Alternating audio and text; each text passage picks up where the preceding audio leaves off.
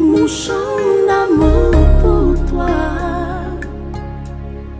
Oh papa, c'est de te louer au profond. Bonjour bien-aimés dans le Seigneur, c'est un réel plaisir que nous avons à chaque fois renouvelé de nous tenir dans votre présence avec la conviction que nous apportons quelque chose à l'édifice du corps de Christ, parce que la Bible déclare qu'en toute occasion bonne ou utile, nous devons annoncer, prêcher la parole de Dieu pour le salut des âmes. Alors aujourd'hui, nous sommes dans la suite de notre série intitulée L'amour à la lumière de l'esprit. Nous avons déjà annoncé ici cette série d'émissions émouvantes bâties sur l'amour. Et l'une des premières a été déjà diffusée, elle était intitulée Les relations familiales. Aujourd'hui, nous allons parler de l'amour dans le contexte marital. Ça veut dire l'homme et la femme. Comment est-ce que le Saint-Esprit voit cette relation-là? Je suis mariée, je suis en couple, ou alors en tant que personne individuelle, comment m'aimer et comment arriver à composer avec les autres sans dépendre d'eux ou sans mal se positionner dans ses attentes, parce que nous sommes très souvent victimes de nos déceptions et non des déceptions que les autres nous font, parce que ce sont les attentes que nous avons qui sont déçues et non les personnes en tant que créatures de Dieu qui sont inappropriées. C'est pourquoi aujourd'hui nous avons pour thème, dans le cadre de cette image de l'amour envers soi-même et envers l'autre dans une relation, nous avons pour thème aujourd'hui l'esprit de non-accomplissement, ou encore appelé la servitude. Nous sommes dans beaucoup de servitudes, déjà parce que nous sommes ignorants de la parole de Dieu, et aussi parce que nous ne faisons rien pour aller vers elle, ou encore nous décidons de l'exclure. Et cela a le même aboutissement, parce que la Bible de Genèse jusqu'à Apocalypse illustre comment l'homme essaye en vain de trouver des solutions à ses problèmes par la chair. C'est pourquoi aujourd'hui nous avons vu bon de commencer cette émission en parlant de l'esprit de non-accomplissement et aussi de la servitude, parce que ne pas réussir, ou alors échouer dans le mariage, ou alors aller en tant que personne victime dans le foyer, ou bien se victimiser pour en faire porter la responsabilité aux autres, c'est très souvent une démonstration d'une certaine servitude. C'est un signe que nous avons des dépendances, nous sommes dans des prisons spirituelles, et il faudrait qu'aujourd'hui nous puissions apporter la lumière sur ce problème-là qui mine la société et qui conduit les hommes vers les tribunaux, soit pour les divorces, soit pour des revendications, pour des litiges, pendant que l'homme n'aura jamais la solution au problème d'un autre, car Dieu est le seul. Jésus-Christ est la solution, et hors de lui, il n'y a pas de vie. Qu'est-ce donc l'esprit de non-accomplissement? Ici, notre dictionnaire nous dit que le non-accomplissement est une chose qui n'arrive pas à s'accomplir pleinement. C'est une chose qui n'arrive pas à utiliser la totalité de ses potentiels.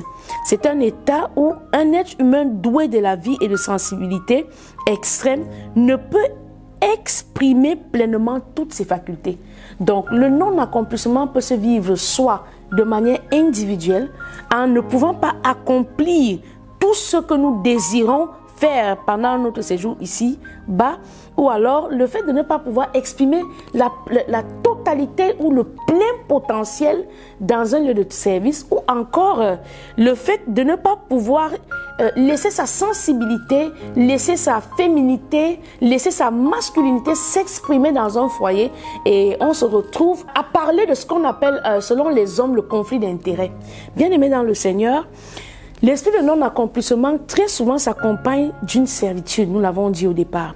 Les servitudes que nous vivons sont spirituelles, parce que ce qui a triomphé de toi sur le plan spirituel, c'est ce que tu vas manifester sur la chair. Et donc, pour essayer de comprendre un peu comment la Bible interprète l'esprit de non-accomplissement, nous allons lire dans le livre de 1 Chroniques, chapitre 7 au verset 23, que nous lisons au nom du Seigneur Jésus-Christ. Et donc, on voit ici qu'il y a un homme qu'on appelle Éphraïm. Leur père fut longtemps dans le deuil, et ses frères vinrent pour le consoler. Puis il alla vers sa femme, et elle conçut et enfanta un fils. Il l'appela du nom de Béria, parce que le malheur était dans sa maison. Bien-aimés dans le Seigneur, nous faisons des choses très souvent et nous en faisons porter la responsabilité aux autres parce que nous ne sommes pas enseignés, parce que nous ne sommes pas au courant de ce que l'on appelle l'esprit de non-accomplissement et cette servitude spirituelle-là. Lorsque nous regardons le livre de 2 Chroniques, 1 Chronique chapitre 7 au verset 23, on constate qu'un enfant peut naître dans une situation où le nom que son parent lui donne déjà est déjà une servitude spirituelle. Donc si tu nais et que l'on te donne un nom comme Béria, parce que le malheur était dans sa maison, bien aimé, tu vois que tu n'es plus responsable de ce qui va suivre, les événements qui vont se dérouler dans ta vie, mais tu hérites du malheur d'une situation à cause d'un fait ponctuel. Pour mieux comprendre encore l'esprit de non-accomplissement, nous allons lire dans le livre de 2 Pierre, chapitre 2 au verset 19, que nous lisons au nom du Seigneur Jésus-Christ. Ils leur promettent la liberté quand ils sont eux-mêmes esclaves de la corruption, car chacun est esclave de ce qui a triomphé de lui. C'est pourquoi, lorsque nous entrons dans une relation sentimentale et que l'on n'a pas pour appui le Seigneur, le Saint-Esprit, lorsque l'on n'est pas dépendant de Dieu et que l'on place sa confiance dans les discours vains de la promesse d'un homme qui lui-même n'est pas propriétaire de ce qu'il dit, parce que je peux te promettre quelque chose aujourd'hui, mais à cause de la maladie demain, je me rétracte, ou à cause d'une situation des imprévus, bien aimé dans le Seigneur, les temps et les circonstances, l'homme peut se rétracter. Donc, lorsque tu vas en couple avec l'espoir que l'homme qui t'épouse viendra apporter une plus-value à ta vie, ou la femme qui t'épouse, que tu épouses, viendra apporter une plus-value à ta vie, tu fais exactement ce qui se trouve dans le livre de 2 Pierre, chapitre 2, au verset 19 que nous lisons. Au nom du Seigneur Jésus, ils leur promettent la liberté. Un homme ne peut pas te promettre ce qu'il n'a pas. Il ne peut pas te donner ce qu'il n'a pas parce qu'il ne maîtrise pas les facteurs temps. Il ne maîtrise pas le futur. Donc, il est fragile déjà par son caractère humain. Et lorsque tu dis, mon mari m'a promis la fidélité, lorsque les gens se marient, on va devant le maire et puis chacun dit, je te promets de te rester fidèle, de te chérir tous les jours de ma vie jusqu'à ce que la mort nous sépare. C'est un discours, je dirais, rempli de fragilité. C'est un discours qui confesse l'ignorance des hommes parce que je ne peux pas te promettre ce que je ne maîtrise pas. Je ne peux pas te donner ce que je n'ai pas. Alors, il est important que ceux qui se mettent en couple comprennent bien que le fait d'aller dans une histoire romantique ou de s'engager à partager la vie d'un homme n'est le gage de rien. Mais ce qui peut devenir le gage, la sécurité de cette relation-là, c'est chacun d'entre nous dépendant parfaitement et complètement du Seigneur Jésus. Si je ne dépends pas du Seigneur Jésus-Christ, je ne peux pas te donner le bonheur. Parce que la Bible nous dit ici qu'ils leur promettent la liberté quand ils sont eux-mêmes esclaves de la corruption. Car chacun est esclave de ce qui a triomphé de lui. Alors, si je suis esclave des choses que j'ai héritées de mes parents et que à cause de cela, je suis résolu à ne pas garder une seule femme, parce que chez nous, dans la lignée de mes parents, les hommes ont des concubines bien aimées. Même si je te promets devant le maire aujourd'hui, je te promets de te rester fidèle, je t'aimerai tous les jours de ma vie, bien aimé dans le Seigneur, c'est une grosse fourberie, c'est un mensonge, parce que l'homme ne maîtrise pas les facteurs temps. L'homme est un acteur dans le plan de Dieu, il n'est pas le réalisateur. Donc il est important de se détacher de cette confiance que nous plaçons en les hommes, parce que souvenons-nous, nous parlons de l'esprit de non-accomplissement et la servitude. Bien-aimés dans le Seigneur, nous pouvons encore lire cette démonstration de l'esprit de servitude dans la parole de Dieu lorsque l'on lit dans le livre de Galates chapitre 3 au verset 28, que je m'en vais lire au nom du Seigneur Jésus-Christ. Il n'y a plus ni juif ni grec, il n'y a plus ni esclave ni libre, il n'y a plus ni homme ni femme, car tous vous êtes un en Christ. Lorsque je suis encore séparé de la notion de cette unité à Christ-là et que je suis encore à la revendication des 50-50, je me soustrais de ce que la parole de Dieu dit, car le mariage est une institution divine et on ne peut pas bâtir quelque chose de divin avec la matière charnelle et terrestre. Il est écrit dans la parole que les deux deviendront une chair. Les deux formeront un. Donc la notion du mariage est bâtie sur la capacité au conjoints de devenir un. Et le livre de Galates nous le dit, Galates chapitre 3, verset 28, il est écrit, « Il n'y a plus ni grec ni juif, il n'y a plus ni esclave ni libre, il n'y a plus ni homme ni femme, car tous vous êtes un en Christ. » Et cette parole vient aussi de nous expliquer le phénomène selon lequel les gens pensent que les femmes ne peuvent pas prêcher la parole ou les hommes ne peuvent pas prêcher la parole. Jésus-Christ est venu détruire cet esprit de non-accomplissement, cette servitude dans laquelle nous nous trouvons, où nous avons hérité des déformations, des péchés de nos pères, de leur vaine manière de vivre. Jésus vient abolir ces choses et nous repositionne dans notre véritable statut d'adorateur, car l'heure est venue où les vrais adorateurs adorent le Père en esprit et en vérité. Il est donc important, lorsque tu veux sortir de cet esprit de non-accomplissement, que tu puisses connaître les revendications, les statuts de la parole qui te donnent le droit de commencer désormais une nouvelle marche. Parce que l'homme périt ou prend la direction de la perdition parce qu'il est ignorant de la parole. Aujourd'hui, nous entrons dans la parole de Dieu. Nous te montrons comment les formes de servitude, viennent de ce que tu veux dépendre d'un homme qui lui-même est victime de la corruption. De ce que tu es né dans un contexte familial où, à cause de l'amertume de tes parents ou les circonstances que tu as vécues, tu as porté un nom qui t'a infligé une servitude. Et numéro 3, nous voyons ici, bien aimé dans le Seigneur, que il n'y a plus ni païen. Tu ne dois plus dire non, parce que moi je suis païen, je ne vais pas à l'église, je suis obligé de rester dans cette servitude. Ou alors tu diras non, parce que moi je suis une femme, les femmes ne peuvent pas prier, ne peuvent pas servir le Seigneur, je suis obligé de rester dans cette servitude. Ou alors tu diras non, parce que moi je suis juif et que tel est grec, je ne peux pas me marier avec, parce que si je me marie avec un non-croyant, comme j'entends dire sur la toile lorsque nous parcourons les réseaux sociaux, non, parce que j'appartiens à une église X, je ne peux pas me marier avec un non-croyant parce qu'en effet, quand je regarde le travail, non, ces choses viennent du fait que nous manquons de connaissances. Car le peuple de Dieu périt faute de connaissance. Une fois que nous sommes déjà en Christ, une fois que nous reconnaissons Jésus-Christ comme Seigneur et Sauveur, il n'y a plus de païens, il n'y a plus de juifs. Nous sommes devenus tous un en Christ. Il n'y a plus ni femme ni homme pour que l'on parle de 50-50. Nous sommes devenus désormais des enfants de Dieu aspirant à la croissance spirituelle. Au verset 29, il est dit plus loin, « Et si vous êtes en Christ, vous êtes donc la postérité d'Abraham, héritier selon la promesse. » Mais aujourd'hui, lorsque l'on regarde la société, dans l'ignorance, on a cru que réussir, c'était avoir des amis haut placés. On a cru que réussir, c'est que je dois avoir un parent qui doit forcément me soutenir pour que j'aille fréquenter à Harvard. Et c'est parce que je serai le fruit d'Harvard que j'ai la conviction que je peux aspirer à un poste de direction. Bien aimé dans le Seigneur, l'ignorance nous a plongé dans la servitude. L'ignorance nous a plongé dans l'esprit de non-accomplissement. Et cet esprit de non-accomplissement va plus loin. C'est que lorsque nous ne remportons pas cette victoire de découvrir la vérité pendant que nous vivons, nous laissons cela en héritage à nos enfants. Ils continuent ainsi de crouler dans l'ignorance et de génération en génération, allant ci et là, attrapant l'aide ponctuelle de l'ennemi qui ne sera jamais une solution réelle pour briser les liens de la servitude, les liens de l'esclavage. C'est pourquoi, bien aimé dans le Seigneur, il y a deux types de chrétiens. Cette ignorance de la parole de Dieu a donné naissance à deux types de chrétiens.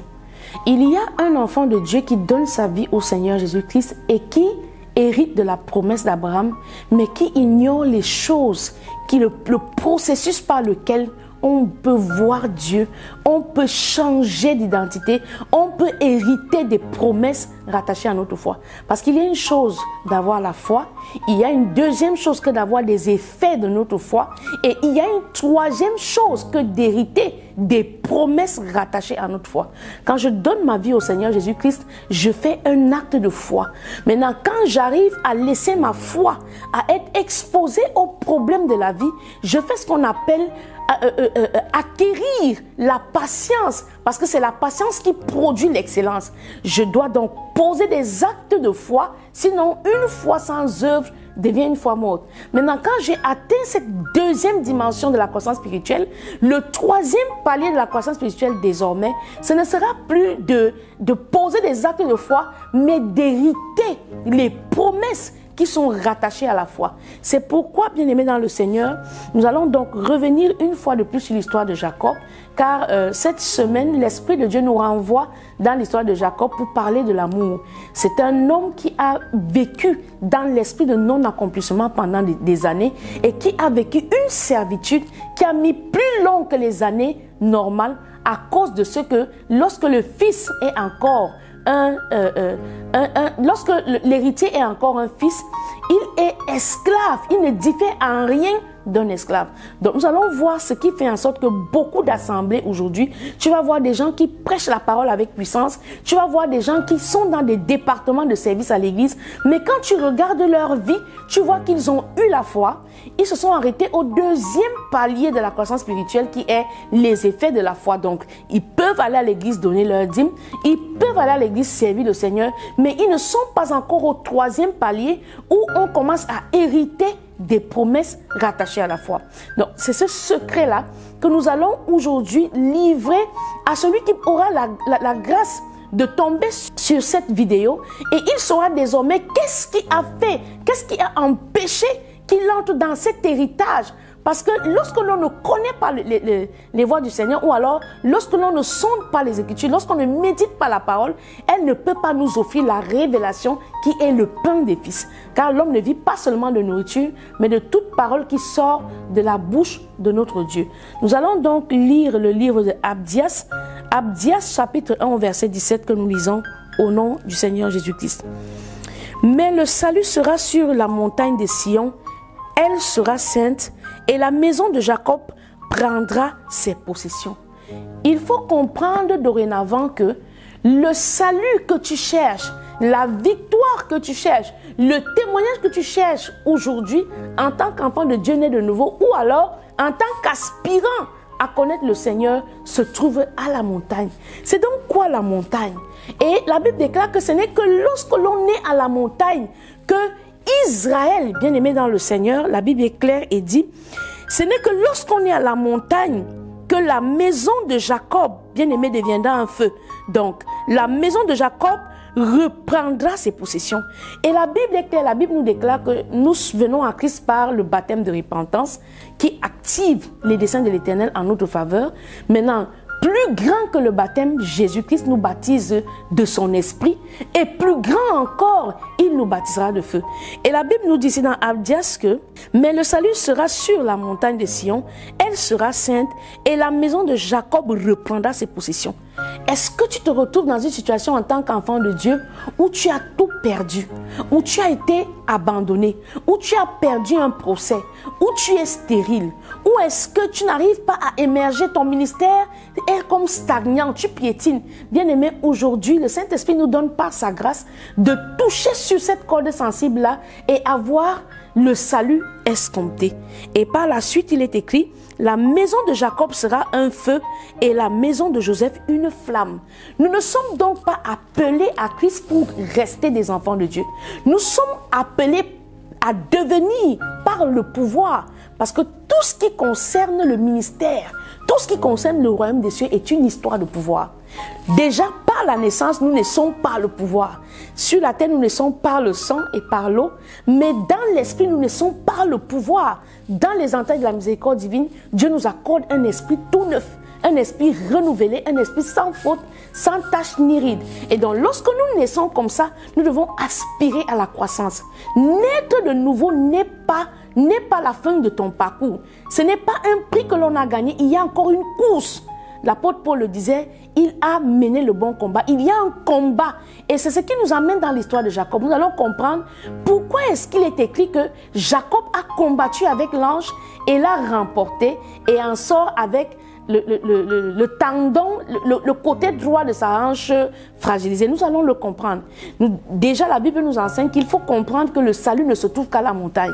C'est lorsque nous sommes à la montagne que nous pouvons rentrer en possession, reprendre ce qui nous a été volé. Parce que l'ennemi nous a volé dans l'ignorance, mais nous pouvons retourner en possession de ces choses-là en allant à la montagne. Nous serons donc capables, en tant qu'héritiers de la promesse, de reprendre nos possessions. Et la Bible dit que c'est sur cette montagne-là que la maison de Jacob est transformée en flamme de feu. C'est à cette montagne, évidemment, bien aimé, que nous sommes un feu et nous sommes devenus une flamme. Ce qui va donc nous amener dans la lecture du livre de Colossiens chapitre 2 au verset 15. Colossiens chapitre 2 au verset 15, nous lisons au nom du Seigneur Jésus-Christ. Il a dépouillé les dominations et les autorités et les a livrées publiquement en spectacle en triomphant d'elles par la croix. Bien-aimés dans le Seigneur, la montagne, c'est d'accéder à l'œuvre qui a été accomplie sur la croix. La montagne, c'est le lieu où la mort de Jésus-Christ devient une réalité pour nous de manière individuelle. Lorsque l'on vit dans l'esprit de non-accomplissement ou dans l'esprit de servitude quelconque, bien aimé, ce n'est pas par hasard. C'est qu'il y a eu un péché qui a triomphé de nous. Et lorsque nous sommes encore dans cet état de Jacob et que nous ne sommes pas encore transformés en Israël, nous vivons dans les liens de la servitude. Jacob était l'héritier de la promesse, le descendant d'Abraham, le fils d'Isaac. Lorsque nous citons le nom de Dieu, nous disons le Dieu d'Abraham, le Dieu d'Isaac et le Dieu de Jacob. Beaucoup de chrétiens sont déjà héritiers de la promesse, mais parce qu'ils ne savent pas comment aller à la montagne, ils manifestent la nature de Jacob et non la nature d'Israël. Il y a un phénomène qui se passe dans le règne de l'esprit qui amène l'homme qui est né de nouveau à partir de l'état d'enfant pour l'état de fils. Et la Bible déclare que c'est Jésus-Christ qui te baptise de son esprit. Lorsque tu es déjà baptisé de l'esprit de Dieu, ça veut dire que tu as hérité de l'œuvre qui est sur la croix. Ça veut dire que tu viens d'être marqué du sceau de la résurrection. Ça veut dire que tu hérites de ce que Jésus-Christ a accompli sur la croix. Et donc, les dominations, les esprits, ces choses de ténèbres qui ont eu raison de ta vie, à partir de cet instant, tu prends le dessus sur elles. J'ai longtemps eu à causer avec des femmes qui sont dans le ministère, qui connaissent le Seigneur, qui chantent à la chorale, qui participent aux assemblées chrétiennes, mais quand tu regardes à leur caractère, quand tu regardes à leur comportement dans le foyer, tu te poses la question qu'à quel moment ça a raté? À quel moment est-ce qu'elles sont sorties des rails? Parce que tu vois une femme assidue au culte, aux réunions de prière, tu vois un chante qui connaît la parole. Nous avons parlé il y a une fois, j'ai donné mon intervention sur les réseaux sociaux, on parlait d'un phénomène où il y avait un grand chanteur qui était décédé et cela m'a valu d'être prise livrée en pâture parce que peut-être je n'utilisais pas bien mes mots pour dire aux femmes attention. Lorsque tu vas en couple avec la tante, que ce soit ton mari, qui soit une solution pour toi, tu fais ce que nous avons lu tout à l'heure dans les Saintes Écritures et nous avons dit, tu fais comme cette personne qui écoute un homme qui te fait des promesses lui-même étant sous la corruption. Et quelle est la conséquence de telle chose? C'est que nous sommes déçus et dans notre déception, nous accusons les autres parce que nous sommes immatures sur le plan spirituel. Nous venons de dire ici que lorsque nous sommes encore dans l'état de Jacob, dans l'état d'immaturité, nous allons vivre toutes les servitudes que Jacob a vécues. Nous allons entrer dans des situations malheureuses, malencontreuses et croire même que Dieu nous a abandonnés. Imaginez-vous Jacob chez Laban. Jacob est le petit-fils d'Abraham. Jacob est bel et bien le fruit né de la promesse parce que Isaac est la promesse.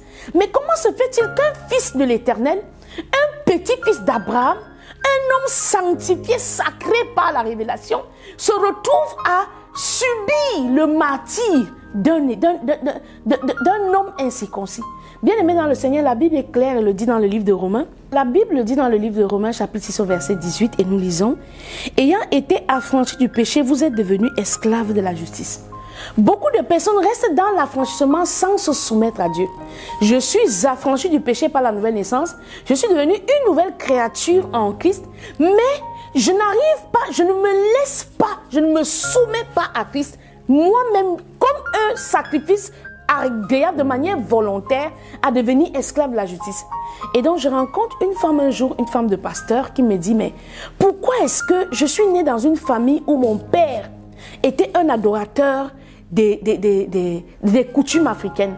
Et dans le culte qu'il voit, il m'a choisi pour être héritière de ces choses. Et aujourd'hui, je me suis mariée à un pasteur. Nous sommes un couple de serviteurs de Dieu. Mais pourquoi est-ce que je n'arrive pas à manifester l'abondance? Le ministère est tari. On n'a pas de témoignage. On n'a pas une vie d'impact. Bien aimé, c'est parce qu'ayant été libérés, nous sommes restés dans l'état de liberté ou de libertinage sans se soumettre à la justice en Christ. Parce que nous ne sommes pas sauvés pour errer. Nous sommes partis de l'état d'esclave pour entrer dans la servitude de la justice. La Bible est claire. Le joug que nous avons quitté dans le monde était lourd et pesant. C'est un joug qui nous a menés à la mort. Mais désormais, nous avons porté le joug de la vérité, le joug de la lumière, le joug de la justice pour produire des œuvres de la justice. Et donc, si je suis libéré, affranchi par des prières et que après cela, je ne sers pas, voilà là où il y a un déclic. Voilà là où le problème se passe. Et Jacob continue de rester Jacob et ne cherche pas à rencontrer Dieu sur la montagne pour devenir Israël. Nous allons donc lire le livre de Jacob, l'histoire de Jacob, dans le livre de Genèse chapitre 32, du verset 24 au verset 29, pour essayer de recontextualiser ce que nous disons. Parce qu'il faut que tu comprennes pourquoi les événements se déroulent dans la Bible. Pourquoi est-ce que Jacob a lutté avec l'ange? À quoi est-ce que cela peut être utile dans ma confession de foi? À quel moment je peux hériter des promesses attachées à ma foi? Mais comment faire, puisque la Bible déclare que les esclaves vont à chevaux pendant que les héritiers sont à pied? C'est tout simplement parce que nous restons au statut de Jacob. Nous sommes déjà des héritiers de la promesse, mais nous n'allons pas à la montagne. Nous restons au pied de la montagne comme des Jacob. Et encore, nous restons sous l'esclavage, sous l'esprit de non-accomplissement. Nous laissons des tuteurs gérer nos vies. J'ai un problème dans mon foyer, j'ai un différend avec mon mari, mais je vais appeler le pasteur. Je me lève dans la nuit, je fais un mauvais rêve, mais je vais appeler la servante de l'Éternel. Je n'arrive pas à enfanter, mais j'ai encore l'impression qu'il faut que mon pasteur m'impose les mains. Bien aimés, les tuteurs ont leur valeur, mais Dieu ne t'appelle pas à rester sous le manteau du tuteur. Dieu t'appelle à devenir toi-même un disciple, car nous sommes faits, nous sommes sauvés pour aller nous-mêmes, comme le dit dans le livre de Romains, nous-mêmes sous la servitude de la justice. Je ne suis pas sauvé pour rester errant. Je ne suis pas sauvé pour faire grandir le nombre des membres d'une église. Je ne suis pas sauvé pour dépendre d'un homme de Dieu. Je suis sauvé pour moi-même désormais, aller aussi à mon tour et faire des disciples.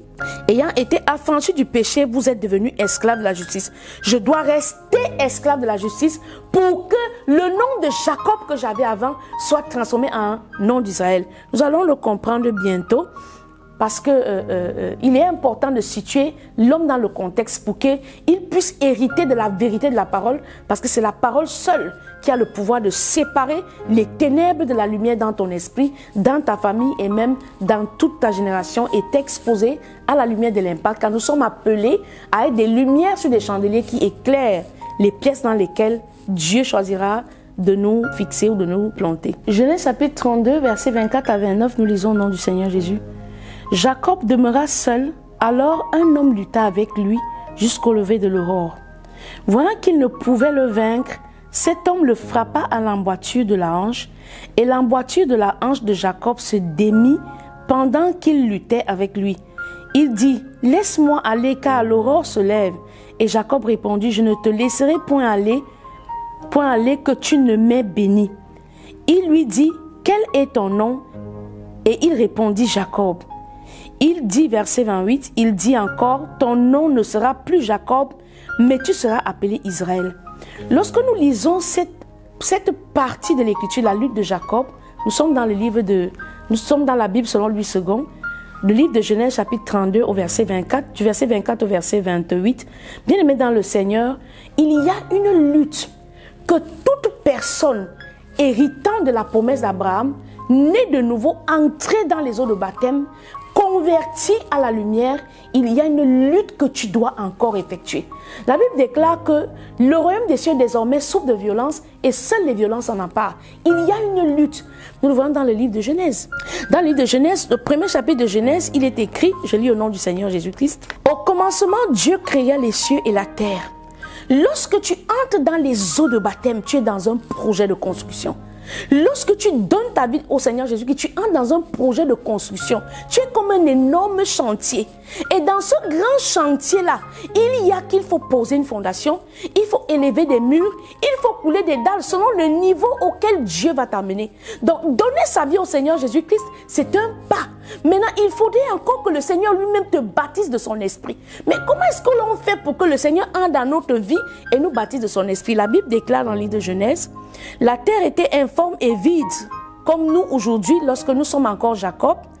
Il y avait des ténèbres à la surface de l'abîme et l'Esprit de Dieu se mouvait au-dessus des eaux. Et Dieu dit, c'est la parole de Dieu qui entre en collision avec l'homme. C'est la parole de Dieu qui va lutter avec ta colère, lutter avec ton animosité, lutter avec ton égoïsme, lutter avec ton esclavage, parce qu'on parle ici de l'esprit de l'esclavage et du non-accomplissement. Lutter avec cette dépendance émotionnelle que tu as, de croire que c'est ton mari qui viendra t'apporter du secours. Car nous avons lu dans les Saintes Écritures, il était écrit, bien aimé, que nous pensons souvent que les promesses que les hommes nous font sont dignes de confiance. Pourtant, eux-mêmes, ils sont le fruit de la corruption. Et ce qu'ils disent, de la même manière qu'eux-mêmes, ils ne sont pas propriétaires de leur avenir, c'est ainsi que ce qu'ils disent, et on ne peut pas s'adosser sur cela. Et c'est pourquoi je répète, quand on dit lors des cérémonies de mariage, je te promets, ça c'est déjà, je dirais, c'est la plus haute confession de mensonge dans l'union légale.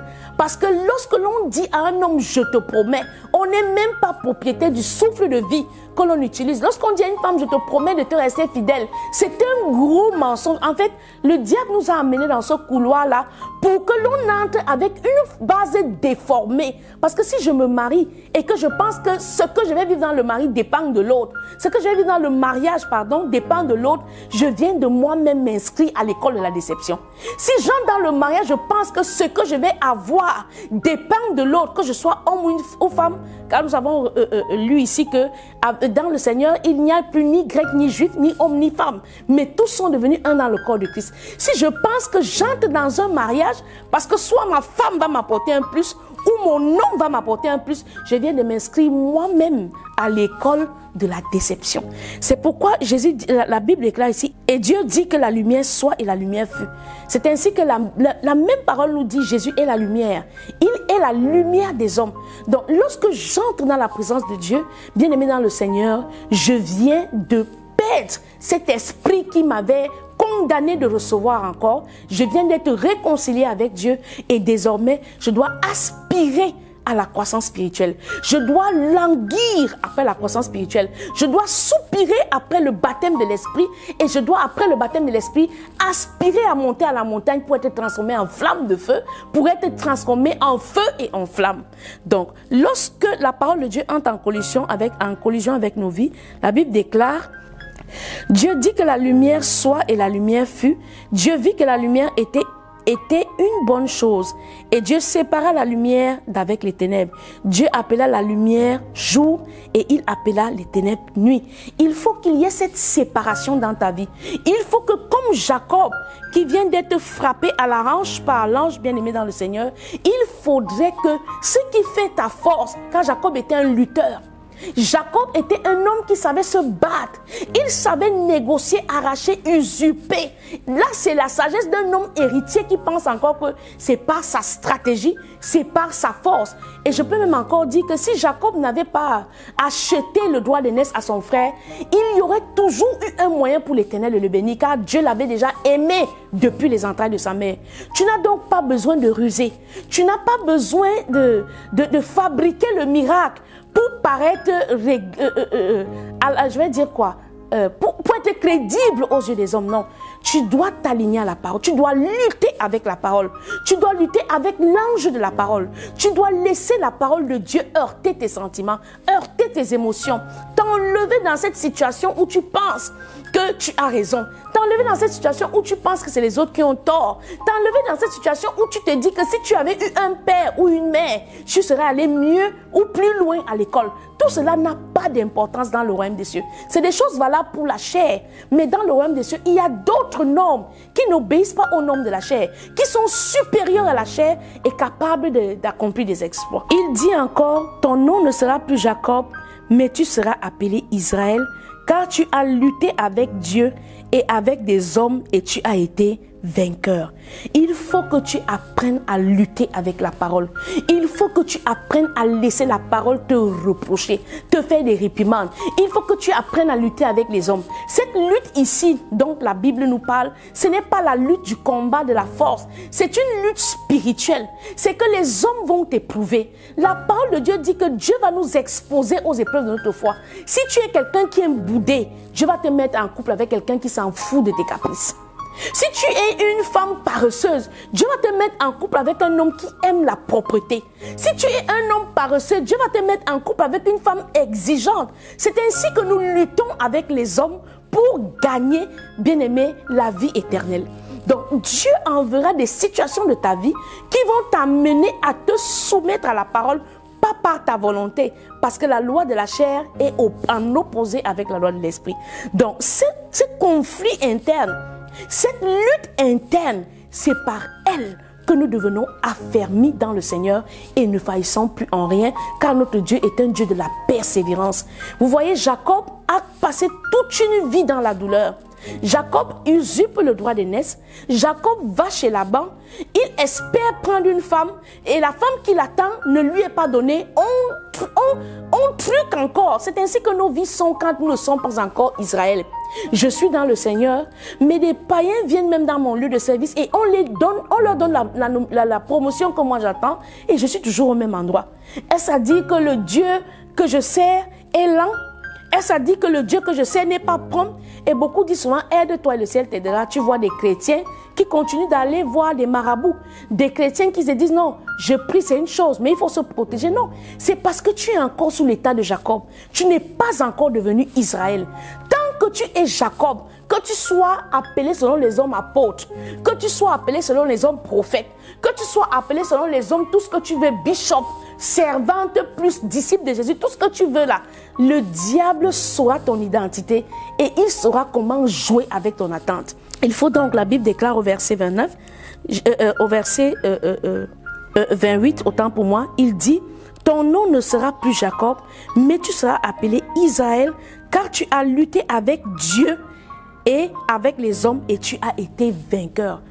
L'apôtre Paul a dit, nous combattons le bon combat et nous courons vers la couronne des vainqueurs. Cette couronne des vainqueurs, c'est quoi? C'est que les hommes viendront me blesser, mais par amour pour Dieu, je regarderai cela comme un privilège. Je ne vais pas riposter, mais je vais supporter les offenses parce que je suis privilégié de laisser ces offenses me parfaire. Dans le livre de Jacques, ce sont ces offenses-là qui exposent notre foi à la perfection et nous obtenons ce qu'on appelle la patience. C'est la patience qui est le caractère des matures spirituels. Je suis un mature spirituel, ça ne se dit pas de bouche, mais c'est ta façon, ta maîtrise de soi, c'est ton caractère, ta façon d'aborder les problèmes à la lumière de la parole, c'est ça qui témoigne de ta maturité spirituelle. Alors tu n'es plus donc un Jacob, mais tu as muté en Israël. Nous avons lu dans le livre de Abdias chapitre 1 au verset 17 que c'est à la montagne que Israël, que Jacob pourra retourner en possession de il pourra retourner en possession de son héritage. Donc si je ne suis pas encore monté à la montagne, bien aimé dans le Seigneur, les choses que l'ennemi m'ont volées sont encore dans le camp de l'ennemi. Il faut donc entrer dans le camp de l'ennemi pour aller arracher ce que le diable nous a volé. Comment? En montant à la montagne. Bien aimé, nous allons lire dans le livre de Psaume 24 parce que nous cherchons comment partir du statut de Jacob pour devenir Israël. Et que signifie Israël? Israël veut tout simplement dire laisse Dieu prévaloir. Lorsque je suis encore un chrétien qui ne laisse pas Dieu prévaloir dans mon foyer, qui ne laisse pas Dieu prévaloir dans mon lieu de service, laisser Dieu prévaloir, ce n'est pas l'hypocrisie de faire semblant d'être un saint, non. Laisser Dieu prévaloir, nous allons comprendre dans le psaume 24, comment est-ce que je fais pour laisser Dieu prévaloir dans ma vie. Qui pourra monter à la montagne de l'Éternel, qui s'élèvera jusqu'à son lieu saint. C'est la question que nous nous posons tous. Comment est-ce qu'on fait pour monter à la montagne? Comment je fais en tant qu'apôtre, en tant que prophète, en tant qu'enfant de Dieu, en tant que chante, en tant que servante? Comment je fais pour aller à la montagne qui est dit dans le livre de Abdias, chapitre 17, chapitre 1 au verset 17? Comment je fais pour monter là-bas et reprendre le contrôle sur mes possessions? Comment je fais pour que l'héritier qui est un enfant quitte le statut d'enfant pour monter à la dimension de fils et rentrer en héritage de l'héritage que Jésus-Christ nous a gardé dans le ciel, car nous sommes co-héritiers en Christ? Comment est-ce que ça se passe? Comment est-ce que c'est un mystère? Et beaucoup de personnes passent toute leur vie de foi dans la première étape ou dans la deuxième étape sans atteindre le troisième palier. La première étape qui est le jour où tu donnes ta vie au Seigneur par la confession de ta foi, tu actives la foi. Donc, la deuxième étape qui est l'effet de la foi où je commence à servir Dieu, je suis intéressé à aller à l'église, je suis chante, je vais être pasteur, je vais être ceci. Maintenant, le troisième palier qui est celui d'hériter des promesses rattachées à la foi. Et donc, cet héritage-là est lié à la montagne. C'est donc quoi la montagne? Le livre de Proverbes, le livre de Psaume 24 nous explique comment on fait pour aller à la montagne. Qui s'élève jusqu'au lieu saint? Qui pourra monter à la montagne de l'Éternel? C'est celui qui a les mains innocentes et le cœur pur. Bien-aimé, voilà la formule par laquelle Jacob quitte de l'état de Jacob à devenir Israël. Israël qui signifie laisser Dieu prévaloir. Alors, pour que j'arrive à la montagne, pour que j'arbore le nom d'Israël et que je sois capable d'hériter des promesses attachées à ma foi, bien aimé, la Bible déclare que je dois avoir les mains innocentes et le cœur pur. Lorsque j'ai les mains innocentes et le cœur pur, bien aimé, je suis un candidat de la montagne. Lorsque j'ai les mains innocentes et le cœur pur, je peux espérer en l'Éternel et moissonner les promesses que nos pères, dont la foi, ont moissonné, que l'on lit dans le livre de Hébreux. Celui qui ne livre pas son âme au mensonge. Beaucoup de personnes pensent que parce qu'elles ne commettent pas l'adultère, parce qu'elles ne sont pas dans le monde, elles ne vont pas en boîte de nuit, elles ont fini avec la sanctification. En fait, après Dieu, c'est eux. Non, il y a des hommes de Dieu qui, même par leur discours sur les réseaux sociaux, tu comprends qu'il n'a pas encore atteint ce niveau de maturité spirituelle. Tu comprends dans son intervention, dans sa façon de combattre, de riposter, de prendre un direct pour insulter je dirais quoi, son collègue. Tu vois des hommes de Dieu qui se livrent à des scènes. Mais je crois qu'aujourd'hui, par cette révélation de l'Esprit de Dieu, de quitter le statut de Jacob pour devenir Israël, je crois que beaucoup de personnes entreront dans leur héritage et iront à la montagne comme dans le livre de Abdias pour rentrer en possession de leur héritage. Celui qui a les mains innocentes et le cœur pur, qui ne livre pas son âme au mensonge et qui ne jure pas pour tromper. Bien-aimé dans le Seigneur, ne t'engage pas. Ne t'engage pas. La Bible dit que vaudrait même mieux que cela ne sorte pas de ta bouche. Ne fais pas de vœux. Beaucoup de personnes font des vœux dans la maison de Dieu. Lorsqu'on dit on lève une quête pour la construction de l'église, tu pars prendre un vœu, tu es conscient que tu ne peux pas l'accomplir. Vaudrait mieux ne pas en faire. Vaudrait mieux ne pas en faire. Ne livre pas ton âme au mensonge et ne jure pas pour tromper. Aie les mains innocentes et le cœur pur. Voilà le statut d'Israël. Et on va voir qu'après que Jacob ait lutté avec l'ange, c'est à partir de cet instant que Jacob a eu le cœur disposé pour aller demander pardon à son frère. Lorsque tu es converti en Israël, l'orgueil n'est plus ton partage. Lorsque tu es converti en Israël, les revendications dans le foyer ne sont plus ton partage. Tu n'es plus à attendre que ton mari ne commette plus l'adultère. Tu n'es plus à attendre que ton mari t'aime. Tu n'es plus à revendiquer quoi que ce soit parce que la Bible déclare que Moïse l'a dit. Je considère toute la richesse à être fils héritier de la fille de Pharaon comme de la boue pour servir la gloire du Dieu éternel. C'est pourquoi nous avons lu ici que nous ne sommes pas sauvés, partis du statut d'esclave pour rester errants à décorer des églises. Non, nous sommes partis du statut d'esclave pour nous soumettre à la servitude de la vérité, à la servitude de la lumière, à la loi de l'esprit de la sanctification. Donc la sanctification n'est plus seulement celle de ne pas livrer son corps à la débauche, mais elle passe par la bouche. Car la Bible déclare que ce qui sort de la bouche, c'est ça qui souille le corps de l'homme. Donc, si je livre mon âme au mensonge, si je jure pour tromper, je suis né de nouveau, certes, mais je ne suis pas encore Israël, je suis encore Jacob. La Bible déclare qu'il ne juge pas pour tromper. Voilà donc celui qui obtiendra les bénédictions de l'Éternel, la miséricorde du Dieu de son salut. Voilà le partage de la génération qu'il invoque, de ceux qui cherchent ta face, Dieu de Jacob.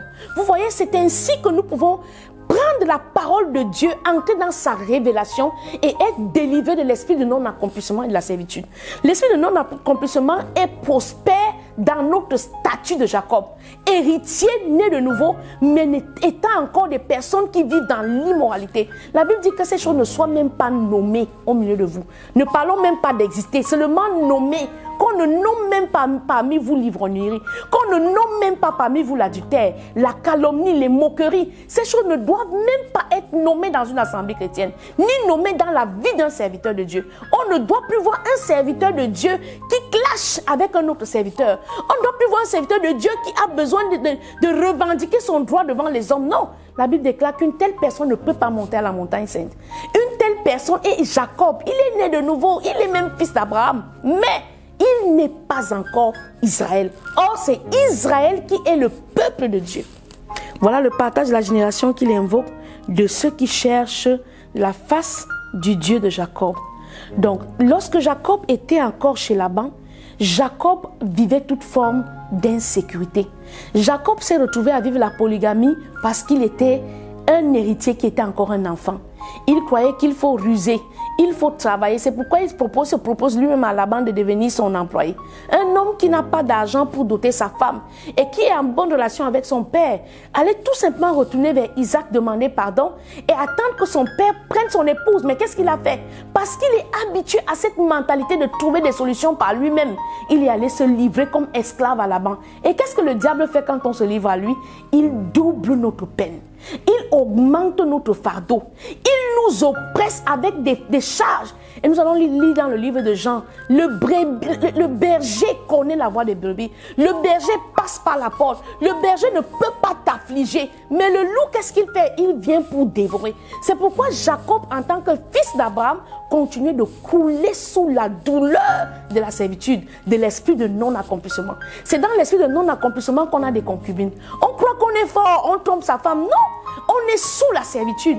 Et une femme qui est enseignée, qui a rencontré le Seigneur dans son âme et qui est déjà monté à la montagne, ne peut plus en vouloir à un tel homme. Parce qu'elle va comprendre en fait qu'il est esclave de ce qui a triomphé de lui. Car celui qui pense qu'il est sage à ses propres yeux, en fait, il est sous la loi de la perdition. Car le salaire du péché, c'est la mort. Donc une femme qui a accompli ces choses ne va plus attendre que son homme l'aime pour se sentir femme. Une femme qui a accompli ces choses comme Abigail ne va plus dépendre de son mari, mais va dépendre de l'Esprit de Dieu pour la suite des choses. Donc les problèmes et les conflits que nous avons dans les foyers, ou alors le manque d'estime de soi, vient de ce que nous sommes sous une forme d'esclavage, sous une servitude qui nous a introduits dans un esprit de non-accomplissement. Cela ne dépend non plus des autres. On n'échoue pas parce qu'on n'a pas eu de parents pour nous envoyer à l'école. On n'échoue pas parce que notre mari ne nous a pas aimés. On n'échoue pas parce qu'on n'a pas une femme soumise. On échoue parce qu'on est encore Jacob. On ne sait pas monter à la montagne. Bien aimé dans le Seigneur, la Bible déclare que une telle personne, lorsqu'elle se sera soumise à l'Éternel, bien aimé, elle obtiendra miséricorde et salut. Et la Bible dit, dans la vie d'une telle personne, les portes éternelles vont élever leur linteau et laisseront entrer le roi de gloire. Lorsque l'on dit Jésus se tient à la porte et il frappe, cette porte-là, c'est la porte de tes caractères, de ton sentiment. La porte de ton cœur, c'est ce qui fait ton existence. Qu'est-ce qui te définit? Jésus se tient à la porte. Il veut que tu entres en conflit avec cette émotion-là, que tu le laisses entrer et te dépouiller de cette colère, te dépouiller de cet esprit d'impatience, de toutes ces manifestations de ton immaturité qui t'ont éloigné de la gloire et du témoignage et des promesses qui sont dans la parole de Dieu. Porte, élevez vos linteaux, élevez vos portes éternelles que le roi de gloire fasse son entrée. C'est ainsi que nous avons vu dans le livre de Corinthiens. Le livre de Corinthiens nous dit quelles sont les vertus de l'amour. L'amour ne soupçonne pas, l'amour ne juge pas, l'amour ne calomnie pas. Voilà ce qui devrait être le mot que les gens doivent dire à la mairie quand ils s'engagent. À la mairie, quand tu vas signer devant monsieur le maire, ne te fie plus sur la confidence d'un homme qui te dit je te serai fidèle tous les jours de ma vie, ou une femme qui te dit je te serai soumise. Elle ne maîtrise pas le facteur temps, mais à la mairie, que l'on prenne plus cette portion de Corinthiens et que l'on laisse les mariés la cité. Parce qu'à la mairie, tu entendras désormais que l'amour, je dois apprendre que comme je me marie, l'amour est aveugle. L'amour ne voit pas, l'amour n'entend pas. Ça ne veut pas dire que l'amour n'est pas intelligent, non. L'amour s'arme de cécité pour ne pas voir l'offense et voir la capacité pour Dieu d'améliorer l'homme et d'en faire une meilleure créature. L'amour ne voit pas l'insoumission de sa femme, mais voit la capacité de son Dieu à amener cette femme par notre douceur à devenir une meilleure personne et nous-mêmes à faire de nous une personne agréable. Mais le problème que nous avons à l'église aujourd'hui, c'est que les chrétiens immatures vont d'église en église. Lorsque tu vas d'église en église, c'est un peu le cas d'une plante que l'on fait pousser dans un petit bol. Si on la déplace tous les 4 jours d'un bol à un autre, comment va-t-elle faire pour prendre des racines dans la connaissance de la parole? Comment va-t-elle faire pour bénéficier des rayons de soleil? La stabilité est la base de toute croissance, que ce soit dans le foyer ou dans la vie spirituelle. Lorsque je suis une femme et que je veux bâtir un foyer, je dois m'armer de stabilité. Toute chose qui vient de l'extérieur et qui vient m'enlever la capacité de rester stable, bien aimé, c'est ça mon ennemi. Ce n'est pas mon mari infidèle. Le mari infidèle est un esclave du péché qui a triomphé de lui. Mais la femme qui doit bâtir, c'est celle-là qui a triomphé des émotions et qui crée une plateforme de stabilité. Parce que c'est lorsqu'il y a la stabilité qu'il y a la croissance. Lorsque je suis stable et que mon cœur est exposé à la parole et que je fais comme Jacob, je lutte avec la parole, je la laisse challenger mon cœur, m'apprendre à pardonner, m'apprendre à aimer, m'apprendre à me soumettre. Parce que beaucoup de femmes ont de la peine à se soumettre. Lorsque je laisse la parole me challenger ici, la Bible déclare qu'une telle femme gagne son homme par son comportement. On ne gagne pas l'homme par les répliques. On ne gagne pas l'homme par les 50-50. On ne gagne pas l'homme par la capacité à produire de l'argent et à poser sur la table. Non, on gagne son homme par son caractère. On ne garde pas une femme parce qu'on est doué dans les activités sexuelles. Non, on ne gagne pas une femme parce qu'on a de l'argent. On gagne une femme parce qu'on peut l'aimer comme Dieu l'aime et la protéger comme Jésus veut que l'on la protège, comme il s'est donné lui-même pour l'église. Donc aujourd'hui, tu ne seras plus Jacob, tu deviendras Israël. Tu ne seras plus cette petite personne qui est limitée à attendre que son mari change. J'ai eu la chance, le privilège par la grâce de Dieu de m'entretenir avec un jeune couple et la femme se plaint de ce que lorsqu'elle s'est mariée, les prophètes soi-disant qui l'ont encadré ou qui ont encadré la période des fiançailles lui ont dit que son mari n'était pas mature et en même temps elle disait elle n'a pas écouté ces personnes et elle est allée elle-même s'engager à couvrir les frais du mariage. Bien aimé dans le Seigneur, lorsque quelqu'un qui n'a pas l'Esprit de Dieu va aller statuer sur ce genre de problème, il va dire effectivement Dieu t'avait déjà parlé depuis le départ. Non, ce n'est pas ça. Ce n'est pas ça. La femme ne gagne pas l'homme parce qu'elle fuit. Et si tu quittes un homme qui te maltraite, qui te tape, qui te brime, parce que tu crois que tu vas sauver ta vie, bien aimé dans le Seigneur, non, tu ne sauves pas ta vie. Tu t'exposes à une destruction pire. Parce que le démon qui a triomphé de toi aujourd'hui va aller chercher 8 autres et viendra s'installer. Tu quitteras donc l'homme aujourd'hui peut-être qui ta femme qui ne peut pas te nourrir, mais pour aller chez un homme qui ne te considère pas et puis même qui commettent même des incestes avec des enfants que l'on a portés dans le mariage. Donc bien aimé dans le Seigneur, l'amour à la lumière de l'esprit, c'est l'exposition de l'homme de quitter du statut de Jacob pour devenir Israël. L'homme qui est encore Jacob, qui a donné sa vie au Seigneur, est celui-là qui est revanchard, est celui-là qui veut discuter l'héritage, est celui-là qui pense qu'avec sa force, il va aller chez Laban, il va aller se battre là-bas et ramener non seulement la femme qui ne voulait pas, mais les concubines qui ne voulaient pas, et voir même ses enfants souiller sa couche. Ça, c'est Jacob. Mais lorsque Jacob devient Israël, lorsque Jacob triomphe des hommes, lorsque Jacob triomphe du caractère des personnes qui le blessent, à cet instant-là, il ne jure plus tromper, il ne s'engage plus envers son prochain sans observer son engagement. Il ne promet plus pour tromper, il ne se livre plus aux mensonges, il ne jure plus pour tromper, il ne livre plus le sang des innocents. C'est celui qui a les mains innocentes et le cœur pur, celui qui ne livre pas son âme au mensonge et qui ne jure pas pour tromper. C'est une telle personne qui hérite des promesses rattachées à la foi. Nous allons lire dans le livre de Jean chapitre 10 du verset 1 au verset 21. En vérité, je vous le dis, celui qui n'entre pas par la porte dans la bergerie, mais qui y monte par ailleurs est un voleur et un brigand. Mais celui qui entre par la porte est le berger des brebis. Le portier lui ouvre et les brebis entendent sa voix. Il y a donc les portes de ta vie qui doivent laisser entrer le roi de gloire. Il y a le portier de ta vie, celui qui a le sceau, Jésus-Christ de Nazareth, qui a la capacité de baptiser de son esprit, doit voir cette façon de vivre que tu as désormais, cette humilité qui est en Jacob, cette repentance perpétuelle qui est en Jacob, ce caractère de ne plus accuser les autres, de ne plus combattre les autres, de ne plus compter sur ses propres forces. C'est alors que le roi de gloire, le berger de ton salut, entrera par les portes de ta vie. Le portier lui ouvre les portes et les brebis entendent sa voix. Il appelle par leur nom les brebis qui lui appartiennent et il les conduit dehors. Donc, de toutes ces servitudes, de toutes ces formes d'esclavage dans lesquelles tu t'es trouvé, il faut que les portes de ta vie laissent entrer le roi de gloire. Il faut que tu puisses entendre la voix du bon berger et il te conduira dehors. Il te conduira vers des verts pâturages. David le dit dans le psaume 23, il me conduit vers des verts pâturages et il restaure mon âme. Ce n'est plus ma femme qui va me conduire vers des verts pâturages. Ce n'est pas mon père qui va me conduire vers des verts pâturages. Ce n'est pas mon mari qui va me conduire vers des verts pâturages. Ce ne sont pas mes richesses ni mes enfants, mais c'est le berger. Il faut que les portes de ta vie laissent entrer le berger. Il faut que tu quittes le statut de Jacob pour devenir Israël, pour que le bon berger entre et que tu entendes ta voix, parce que c'est quand tu entends ta voix qu'il peut t'appeler et te conduire dehors. Il faut que tu laisses la parole de Dieu te briser, te dépouiller, t'émonder pour bénéficier des promesses rattachées à ta foi. Lorsqu'il a fait sortir toutes ses propres brebis, il marche devant elles et les brebis le suivent. Il n'est plus question que tu engages des directions dans ta vie sans que Jésus ne soit devant.